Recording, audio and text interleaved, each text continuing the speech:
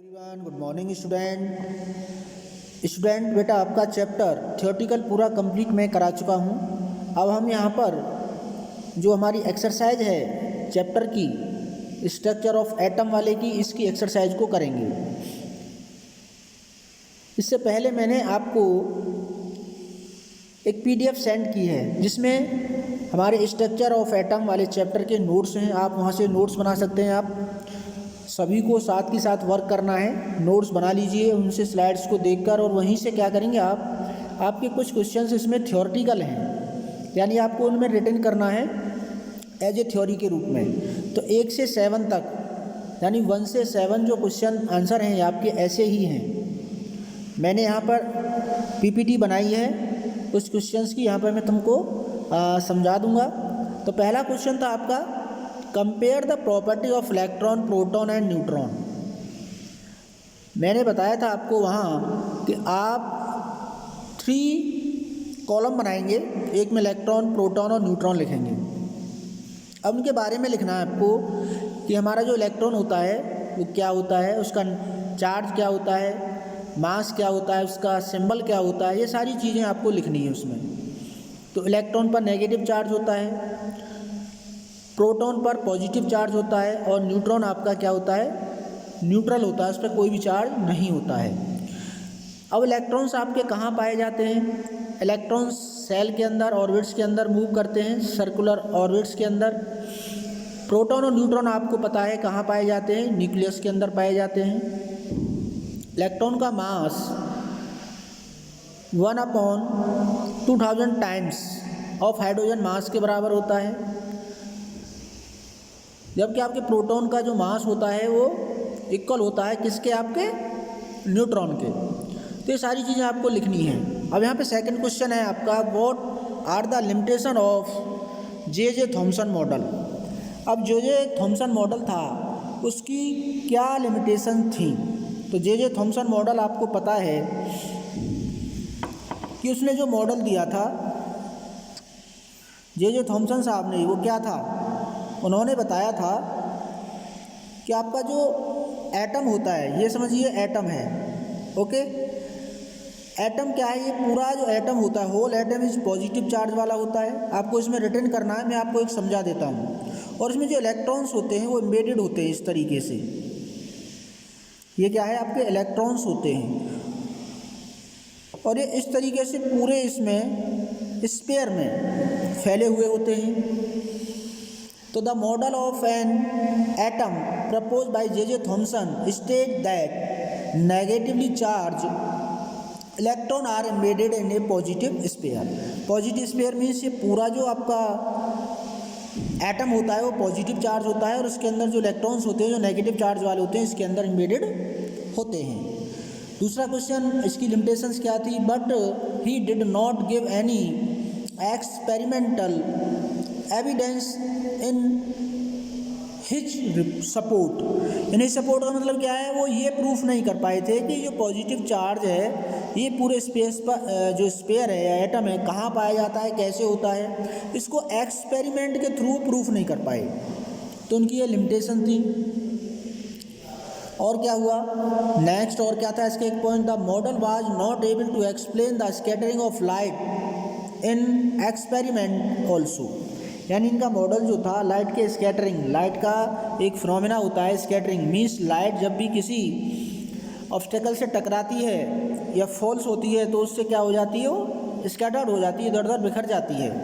तो ये सारी चीज़ें आपको कैसे क्वेश्चन है, ये थ्योरेटिकल है, सब करने हैं। इससे नेक्स्ट स्लाइड है आपकी, वो भी ऐसे ही है सेम।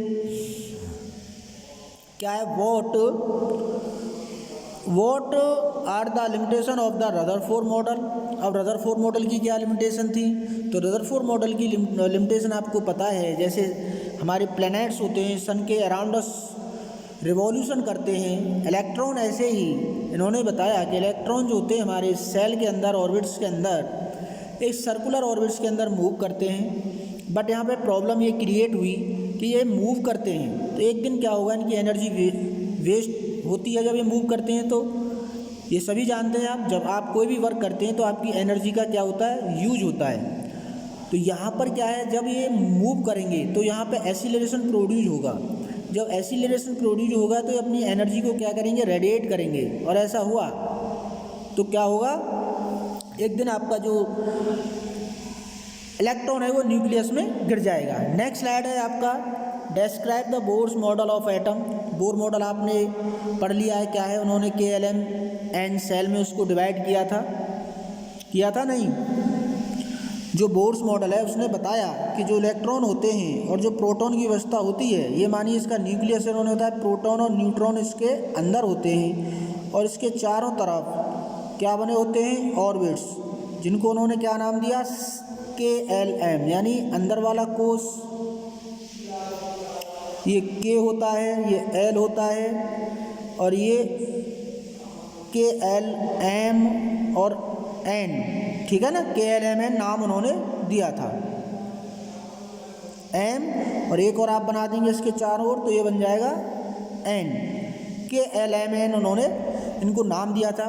फर्स्ट K में इलेक्ट्रॉन जाते हैं आपके 2, L के अंदर 8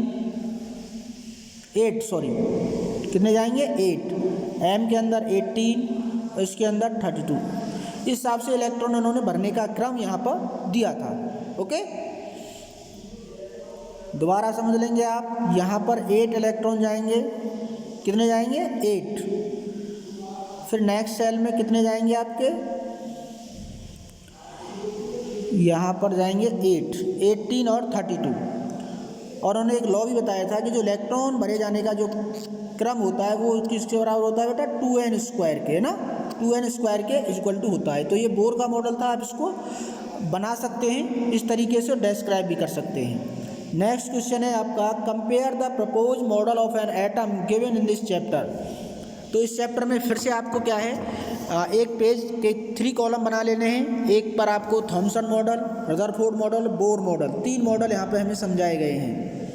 कैसे करेंगे एक बार समझा देता हूँ मैं आपको।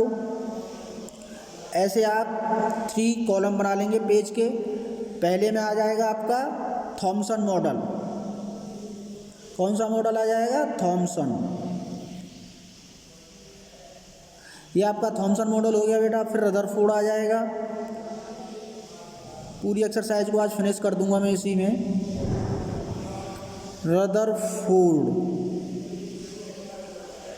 रदरफोर्ड मॉडल हो गया। उसके बाद आपका हो जाएगा फिर बोर मॉडल, ठीक है ना, बोर का मॉडल। इस तरीके से तीनों के जो मॉडल हैं उन्हें आपको यहाँ डिस्क्राइब कर देना है। नेक्स्ट क्वेश्चन है आपका, फिर यहाँ पे क्या है, समराइज द रूल। आपको रूल बताना है। क्या बताना है, writing the distribution of electron in various shell for the first 18 elements. जो फर्स्ट 18 एलिमेंट्स की जो आपकी टेबल बनी हुई है उसको यहाँ पे आपको बताना है। तो मैंने अभी बताया है, जो बोर्ड साहब ने बताया था कि फर्स्ट सेल में इलेक्ट्रॉन, उसके बाद नेक्स्ट सेल में कैसे इलेक्ट्रॉन जाते हैं। तो आपको रूल पता है, हमारी एक होती है KLMN, ये सभी क्या है आपकी सेल होती हैं, ठीक है ना। तो K का मतलब क्या है, number of the shell. K मतलब सेल है और इसके मीन 2n स्क्वायर। आपने रूल पढ़ा है 2n स्क्वायर। 2n स्क्वायर के अकॉर्डिंग आपके इलेक्ट्रॉन भरे जाएंगे। n का मतलब है नंबर ऑफ द सेल, यानी फर्स्ट नंबर की सेल है, सेकंड नंबर की सेल है। तो इन सभी में आप निकाल सकते हैं ऐसे, जैसे 2 × 1, K का नंबर कौन सा आता है, 1। तो इसमें कितने इलेक्ट्रॉन जा सकते हैं, मैक्सिमम 2 इलेक्ट्रॉन्स। ऐसे ही L लेंगे 2n स्क्वायर। 2n स्क्वायर लेंगे तो आप बेटा यहाँ पे हो जाएगा आपका 2 × 2 की पावर 2, क्या हो जाएगा, 8 इलेक्ट्रॉन। ऐसे इन सभी को निकाल सकते हैं। तो मैंने आपको पहले ही बता दिया है, सभी में इसी तरीके से आपको करना है, ठीक है। इसके आगे ये सब थ्योरेटिकल क्वेश्चन है। नेक्स्ट है, define the valency by taking example of silicon and oxygen. तो सिलिकॉन और ऑक्सीजन आप जानते हैं, मैं यहाँ पे बनाता हूँ अभी। सिलिकॉन ऐसा ही होता है आपका सिंबल। पहला है आपका ऑक्सीजन, क्या है बेटा, ऑक्सीजन। और इसका क्या होता है आपका सिलिकॉन,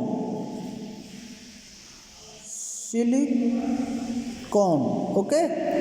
इसका सिंबल O, इसका SI, एटॉमिक नंबर होता है 14, इसका होता है 8, क्योंकि आप जानते हैं एटॉमिक नंबर से ही हमारा क्या होगा, इलेक्ट्रॉनिक कॉन्फ़िगरेशन होगा। तो यहाँ सेल आ जाएंगे आपके KLMN, ओके, KLMN। तो इसका इलेक्ट्रॉनिक जब कॉन्फ़िगरेशन करेंगे तो 2 और 6, इसका कीजिए 2 8 4, ये हो गया बेटा 2 8 4। अब आपको पता है कि यहाँ पे इसने बैलेंसिंग पूछी है, तो बोर्ड साहब ने एक और बताया था ऑक्टेन नंबर, मींस आपके आउटर मोस्ट सेल में, तो इसका ऑक्सीजन का आउटर मोस्ट सेल ये है और आपके सिलिकॉन का आउटर मोस्ट सेल ये है, तो इनकी बैलेंसी क्या होगी, जितने बैलेंस इलेक्ट्रॉन होंगे, बैलेंस इलेक्ट्रॉन का मींस क्या है, या combining capacity of the atom, कितने इलेक्ट्रॉन के कंबाइन होने की उसमें क्षमता है। तो इसके अंदर क्या है, ऑक्टेन पूरा करने के लिए कितने इलेक्ट्रॉन चाहिए 2, इसमें कितने चाहिए 4, तो सिलिकॉन की वैलेंसी क्या हो गई 4 और आपके ऑक्सीजन की वैलेंसी कितनी हो गई 2, ओके। ये क्वेश्चन यहाँ पे फिनिश हो जाता है। नेक्स्ट क्वेश्चन है आपका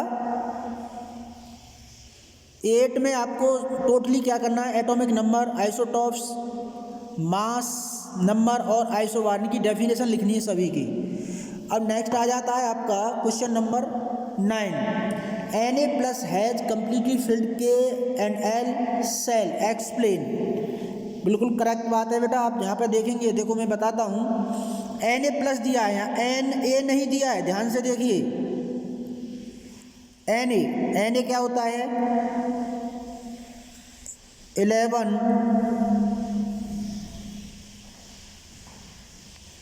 23, इसका एटॉमिक नंबर होता है 11 और एटॉमिक मास होता है 23, ओके। तो आपका इलेक्ट्रॉनिक कॉन्फ़िगरेशन करेंगे तो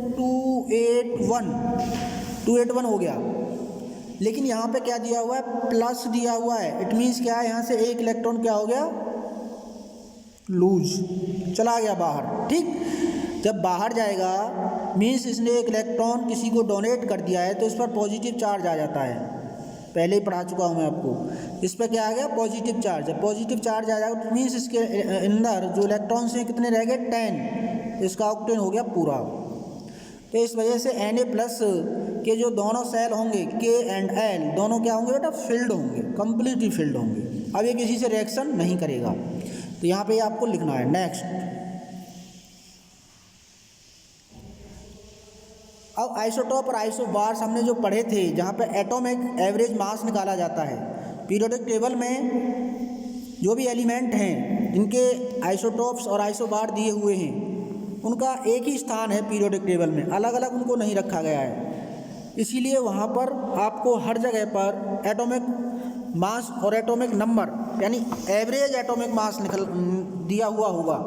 आइसोटॉप जितने भी होते हैं उनके एटॉमिक नंबर तो सेम होते हैं, बट एटॉमिक मास क्या होता है, डिफरेंट होता है। बट वहाँ पर आपको पीरियोडिक टेबल जब ऑब्जर्व करेंगे, देखेंगे, तो वहाँ पर एक ही मास दिया होगा, यानी जैसे यहाँ पे ब्रोमीन का एग्जाम्पल लिया गया है बेटा, bromine, if bromine atom is available in the form of से 2 आइसोटॉप्स, के 2 आइसोटॉप्स पाए जाते हैं, ठीक, इनकी परसेंटेज भी दी हुई है। Calculate the average atomic mass of the bromine atom, इसका हमें एवरेज एटॉमिक मास निकालना है। अब आप देखेंगे जब पीरियोडिक टेबल उठाएंगे तो ब्रोमीन का वहाँ पर केवल एक ही जगह पर एक ही स्थान होगा, जबकि यहाँ पर इसकी फॉर्म दी हुई है 2 फॉर्म में दिया हुआ है, बट ऐसा नहीं होगा। वहाँ पर केवल ब्रोमीन 35 और उसका जो भी एटॉमिक एवरेज मास आएगा 80 के आसपास, या 80, एक में 79 दिया हुआ है, 81 दिया हुआ है, जबकि आपकी पीरियोडिक टेबल में जो होगा, जो आपको लिखा हुआ मिलेगा, वो क्या होगा बेटा, वो ये होगा ब्रोमीन। देखते हैं Br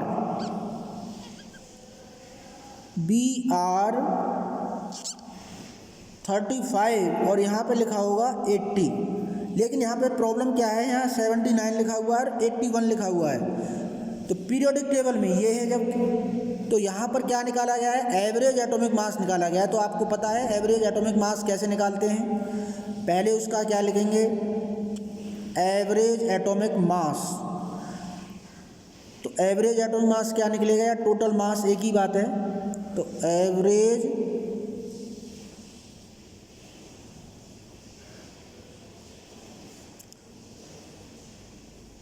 atomic mass, average atomic मास आप देख लेना उसको ध्यान से। कैसे करेंगे? पहला है 79, जैसे हमने किया था एक एग्जाम्पल लेकर कार्बन ऑक्सीजन का।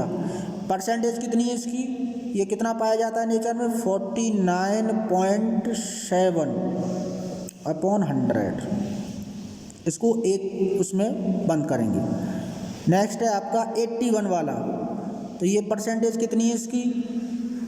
इसकी परसेंटेज है 50.3 अपॉन 100। ओके, इसको करेंगे आप सॉल्व, तो ये कितना आ जाएगा बेटा? ये आपका आ जाएगा लगभग 80 के आसपास। ठीक है, जब इसको सॉल्व करेंगे तो ये निकल के वैल्यू आएगी 80 यू का है, यूनिट है इसकी। ओके, इस तरीके से आप क्वेश्चन को कर सकते हैं। एवरेज एटॉमिक मास आप यहाँ से निकाल सकते हैं। नेक्स्ट है ऐसे ही आपका an average atomic mass of a sample of element x, x नाम का कोई एलिमेंट है, उसका एवरेज एटॉमिक मास दे रखा है। What are the percentage of the isotope 8, 16 means आपको पता चल गया होगा ये ऑक्सीजन है, ठीक है ना, ऑक्सीजन का दिया हुआ है। और 18 मीन्स आपके ऑक्सीजन के 2 आइसोटॉप्स पाए जाते हैं। ओके, तो 2 आइसोटॉप्स पाए जाते हैं, इट मीन्स क्या है? एक 16 वाला है और एक 18 वाला है, यानी जिसका मास क्या है 16 है एक का, और एक का है आपका 18। समझ आ गया होगा? इसको आपको करना है, यहाँ पर आपको निकालना है, परसेंटेज निकालनी है। 16 वाले एटॉमिक मास की क्या होगी और उसकी क्या होगी? तो एवरेज एटॉमिक मास आपको पता है, यहाँ पर लिखेंगे एवरेज एटॉमिक मास। अब हमें दोनों की परसेंटेज निकालनी है, तो एवरेज एटॉमिक मास मैं शॉर्ट में लिख देता हूँ। Average atomic mass is equal to क्या होगा? 16 इंटू पी, हमें पता नहीं उसको पी मान लेंगे परसेंटेज को, अपॉन 100। क्लियर हुआ? प्लस ये एक ब्रैकेट में आ जाएगा आपका 18, ठीक, इंटू, अब आपने देख रहे हैं कि परसेंटेज कितने का होता है? 100 का। ऑक्सीजन का निकाल रहे हैं, एक ही एलिमेंट है, तो 100 माइनस पी, एक का हमने पी मान लिया है ना, पहले एक का आपने पी मान लिया है, तो दूसरे का कितना होगा? 100 माइनस पी तो होगा अकॉर्डिंग टू मैथ। इसको आप सॉल्व करेंगे, तो सॉल्व करेंगे तो यहाँ से क्या आ जाएगा बेटा? ये दे रखा है आपको 16.2 एवरेज एटॉमिक मास दे रखा है उसमें, इज इक्वल टू, इसकी मल्टीप्लाई कर दीजिए आप 16 पी अपॉन 100, ठीक है, प्लस, अब इसको सॉल्व करेंगे तो क्या आ जाएगा बताइए फटाफट? 1800 कुछ करके आएगा, ठीक है ना। इसको सॉल्व कर लेंगे तो क्या आ जाएगा निकल के?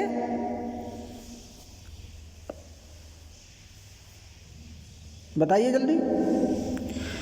ये आएगा आपका 1800 माइनस 18p अपॉन 100, ठीक है। अब इसको आप इधर ले जाइए, आ नहीं पाएगा इसमें, ये 16p अपॉन 100 प्लस 18 अपॉन 100, क्योंकि 100 दोनों के नीचे है, कॉमन है, इसको बाहर कर दीजिए तो 8p अपॉन 100 हो जाएगा ये, ठीक है। जब इसको सॉल्व करेंगे तो आपकी p की वैल्यू आ जाएगी बेटा, p इक्वल टू आ जाएगा 90%, ठीक है। p इक्वल टू कितना आ गया? 90%। तो p इक्वल टू 90% आ गया आपका, p की वैल्यू आ जाएगी बेटा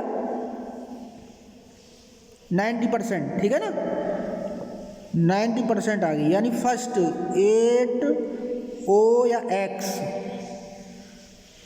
8O या X मान सकते हैं, या X मानेंगे, X लिया है हम, X ही मानते हैं, चलो यहाँ पर,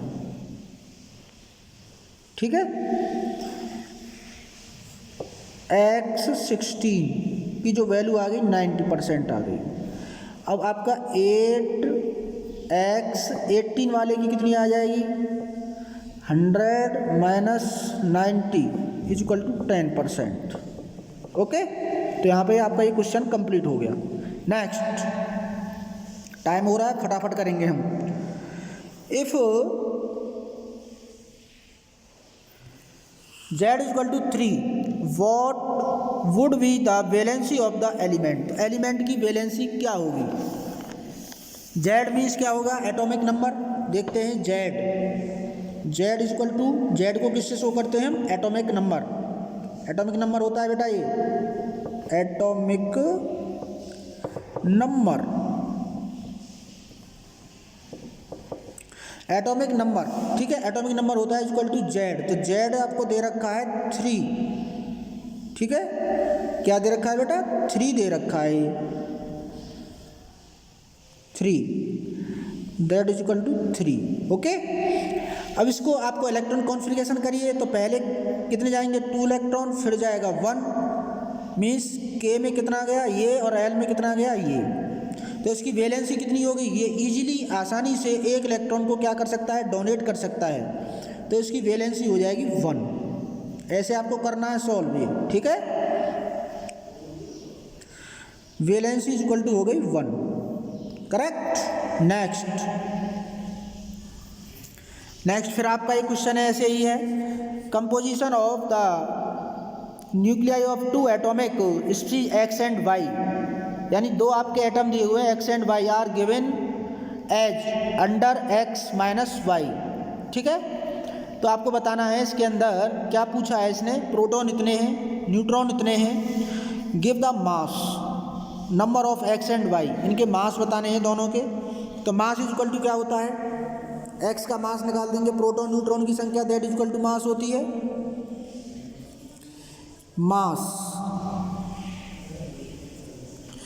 मास नंबर क्या होगा,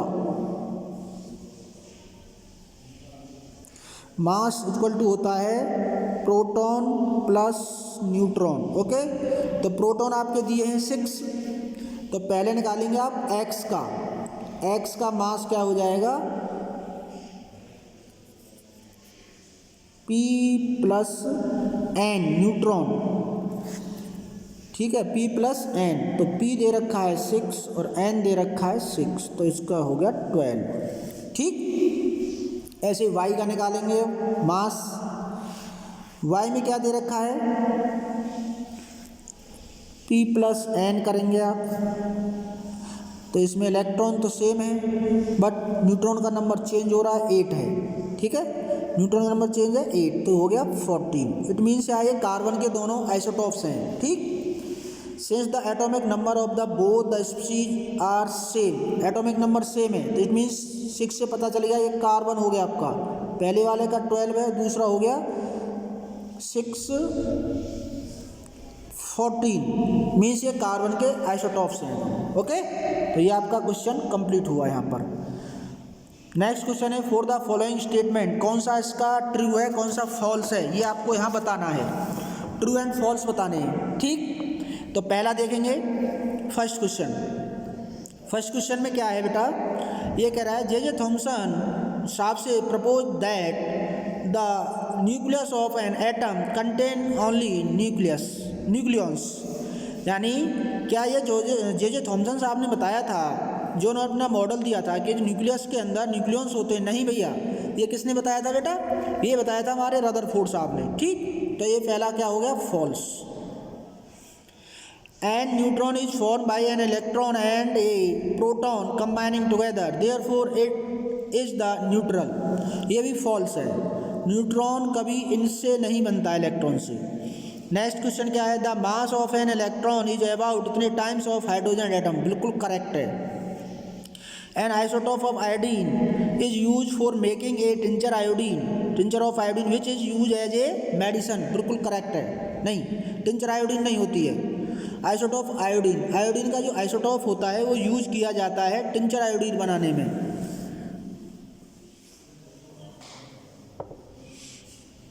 ये सही है, टिंचर आयोडीन बनाई जाती है, आप इसको चेक करना एक बार, सही है वैसे ही।